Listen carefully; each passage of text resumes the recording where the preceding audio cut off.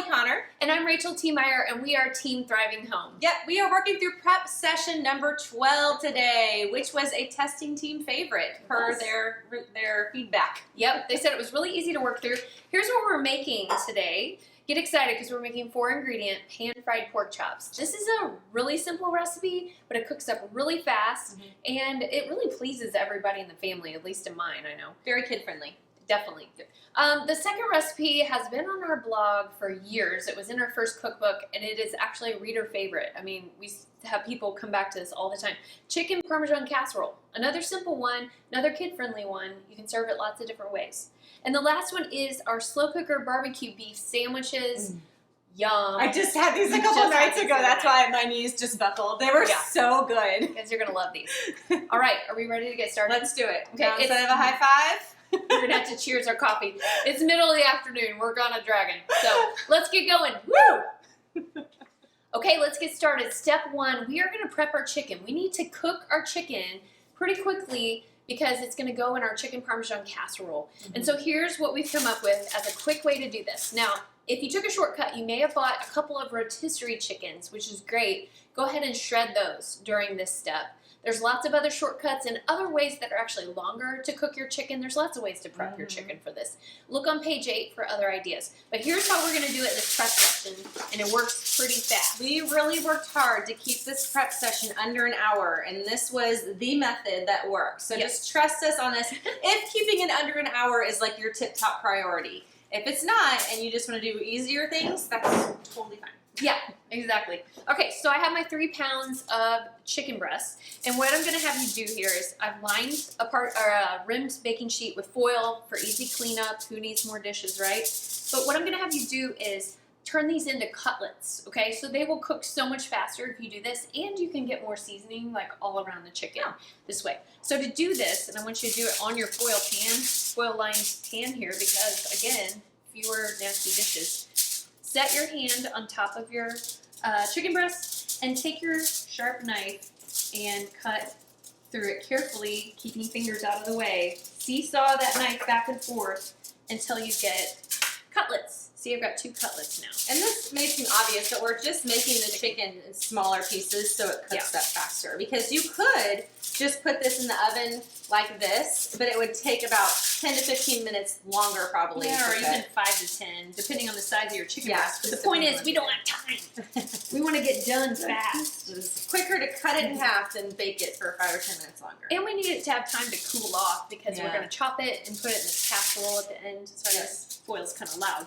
If this is too hard to do on the actual sheet it's a little tricky with the rim. It is a little tricky. This saving a dish may not be up your alley. You could totally put it on a cutting board, but it just makes an extra cutting board that you have to wash later. So okay, so I got that. I'm gonna lay these out side by side. You could also use parchment paper to line this as well if you don't have foil or you don't want to use foil. Okay, I'm gonna hand you that because that's gonna have to be washed. And then I've got my clean right hand. I only touch the chicken with my left hand. I'm going to generously season chicken. Chicken is so bland on its own, right? And it's going to go in a casserole, so we really need it to be flavored up. Right. We want to season every component pretty much along the way. So I'm going to do both sides. Look at this. Well, you're living dangerously. I am. I probably shouldn't do this. Should I shoot the shaker? I shouldn't have done it, but you know, it is what it is. Okay, I'm a flippity-doo-dah. Flip those guys. And one tip we have in our packet that the prep session testers told us was that as you're getting all your stuff prepared, preheat your oven then. That way it's just ready to go as soon as your chicken's done. Again, just to keep the time, the clock moving forward.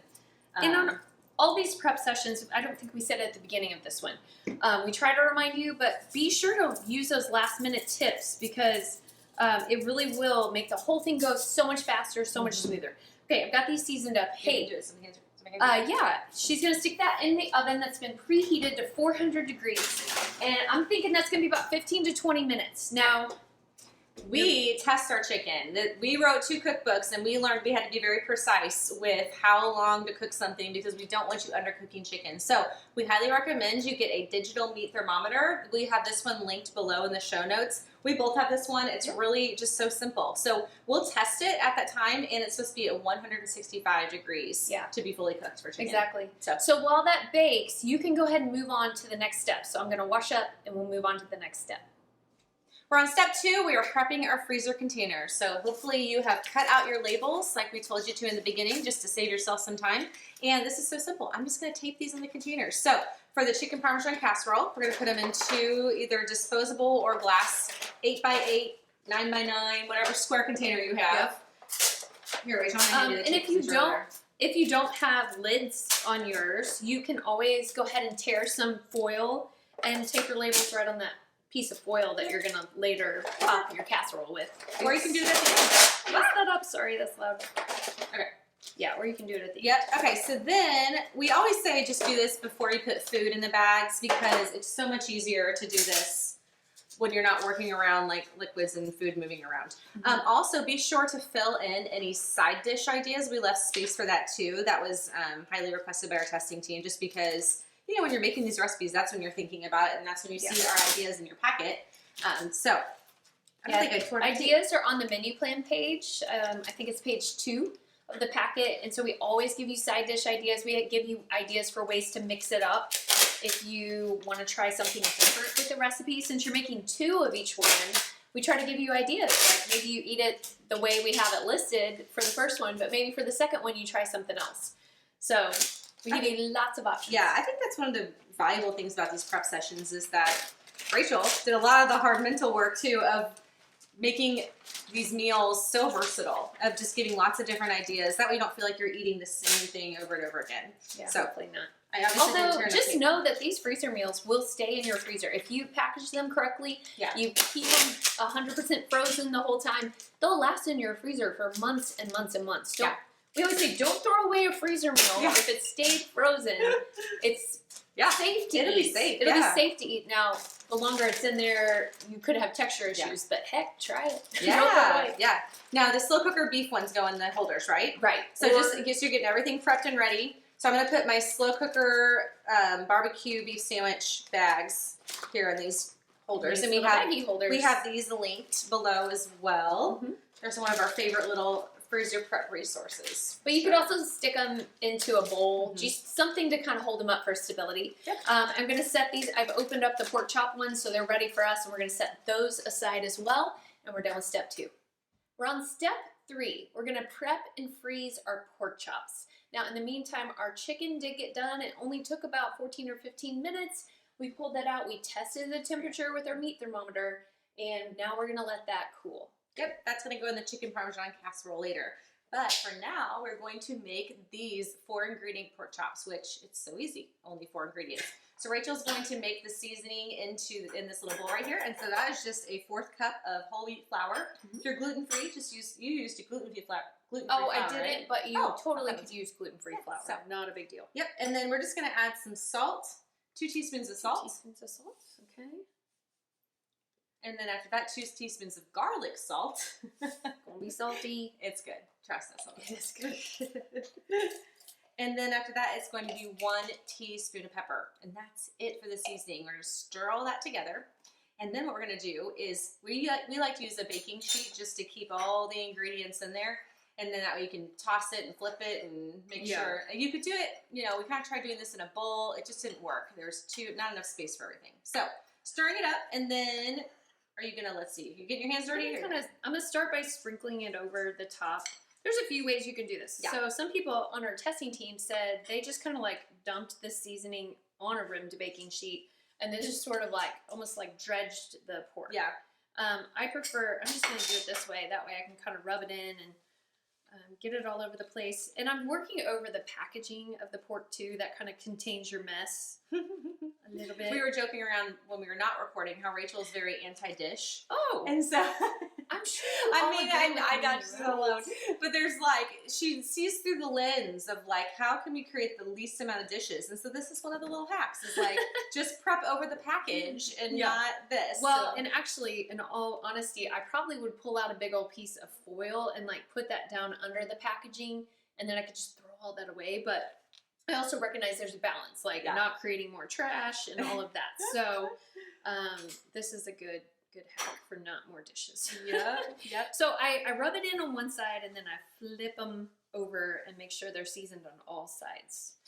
Yep. And then we use the thin pork chops. They're just the easiest to find, right? They're easier to find, but if you can find those thicker ones, we prefer the thicker ones. They just dry out less quickly. They stay moist. Yeah, but they're tricky to find sometimes, and so we really wanted to kind of make this accessible to anyone, anywhere. And so the smaller, thinner pork chops are what we had to land on. So.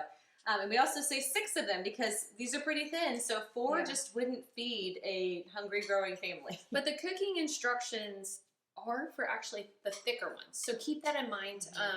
I may actually put some adjustments on there for the thinner ones. We may have to. I just realized it really is hard to find the thinner ones. Now I ordered online, so I couldn't like see them in the store. So sometimes that's why it's nice to actually go to the store and like look at what you're buying. They'll have them a lot of times in the butcher area. Online or something. So I would say try to get 1 inch thick, but the ones we ended up getting today are 1/2 inch. So I'm not going to cook them as long on the stovetop. They just won't take as long. All right. So those are all good. So we're going to stick these in our bag. Seasoned up. Okay. I'm going to put them in one thin layer, and you can freeze this one flat. Yep. The nice thing is these don't take very long to thaw, really, either. Right. This could be a last-minute weeknight meal for sure. If you're like, oh crap, it's 5 o'clock. Yeah. What am I making? They cook up so fast on the stovetop. Yeah, these would be a good last-minute one for sure. So the other thing I put in to the prep session is you can make a gravy out of sort of the drippings, and I do this every time. My family loves pork gravy. And so like after you're done cooking it, you'll see there's a little bit of like drippings and like brown stuff in the bottom. They're called fond. And so what you'll do is you add some butter and you add some chicken broth to that, and you kind of scrape up all that stuff off the bottom and like whisk it all together over the heat, and it reduces down into this gravy, and it's delicious. You can add a little bit more flour to it too, but there's already flour in this mixture. So it's yummy. You should try that next time. I just squeezed out as much air as I could from these bags as you saw, and that's done. Yep. So, gonna go wash up, and we'll meet you back here for the next step. We're on step 4. We are prepping our barbecue beef sandwiches. So, like I said in the intro, I had this last week because I had one when we were testing it. Yeah. It's so good.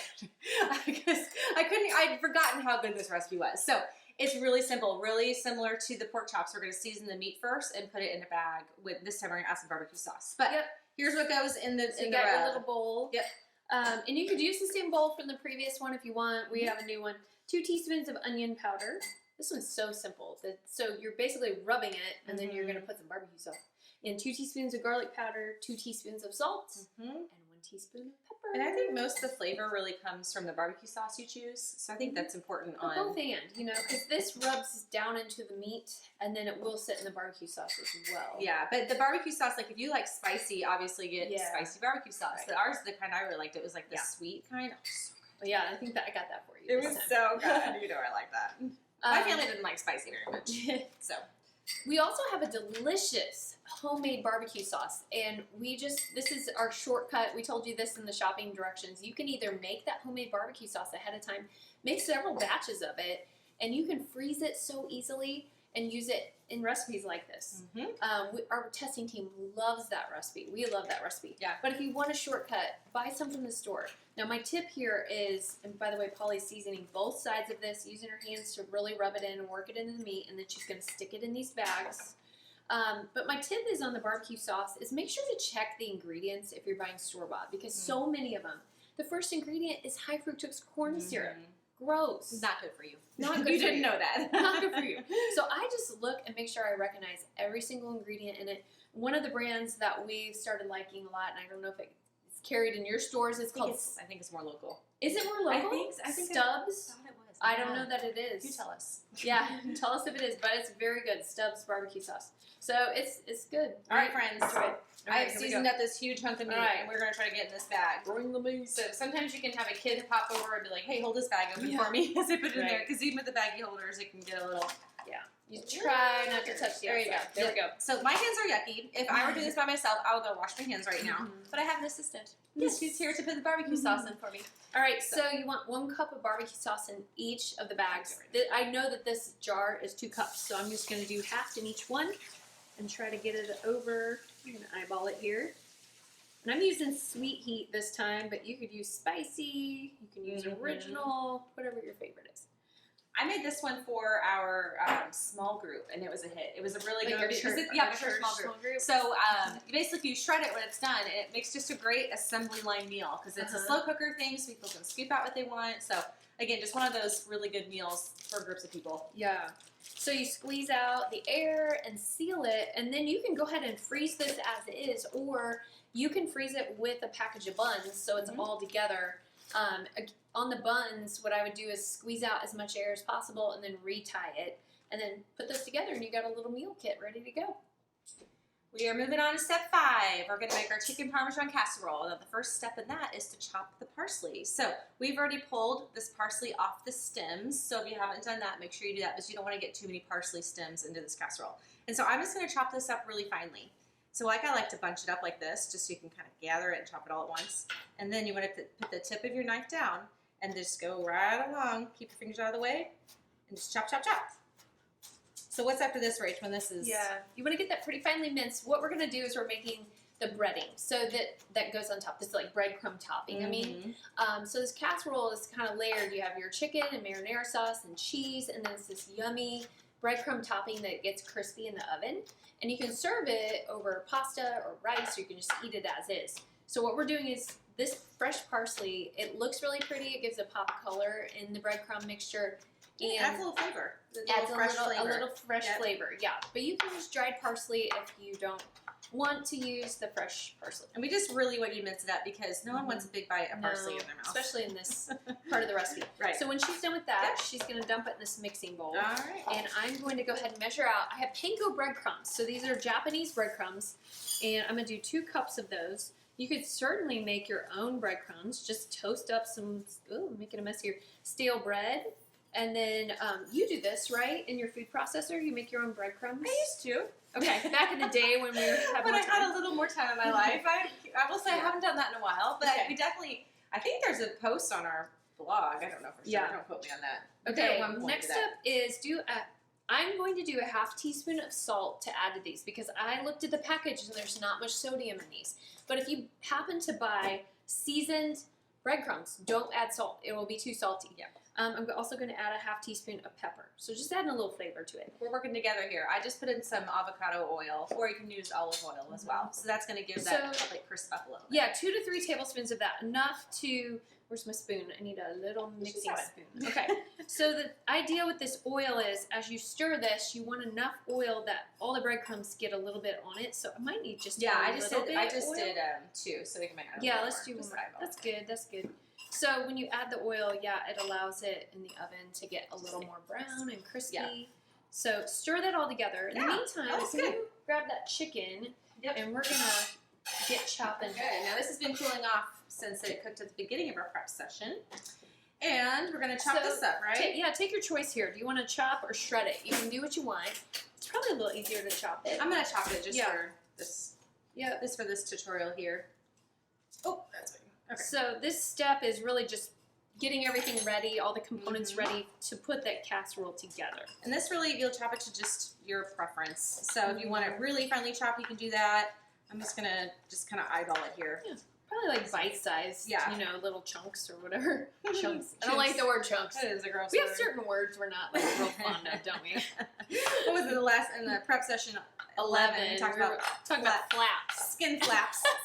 Skin and thighs. We were working with chicken thighs and so we talked about flaps. Yeah, it's funny. So I'm trying to be really efficient with my cutting time here. I'm just stacking these up.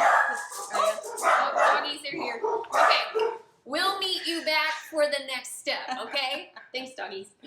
You've made it to the last step. This is step 6. We're going to assemble our chicken Parmesan casseroles, and this couldn't be easier. So Polly's going to divide up this cooked, chopped chicken or shredded chicken and put half of it in. Oh, you know what I forgot to do? I was going to say, I dumped it in there. Do that one. Well, you know, it's not the end of the world if you forget to spray it, but I think it's always a good, it'll probably be okay. Good form. I did that first one. Uh-oh. All right, thanks for So I'm just going to eyeball this chicken just till it kind of fills the bottom of the dish. And then... So this is one we've done for years in our live freezer cooking seminars because we just want people to know, like, freezer cooking can be really simple. Homemade food can be simple and tasty and good. And kids usually like this one. This recipe is so approachable too. Totally. It's just so easy for anyone. So okay, so use up all your chicken, however much, and then you're going to dump 1 jar of marinara sauce over each casserole.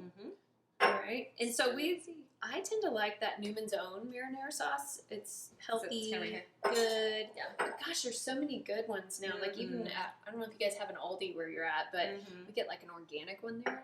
Yeah.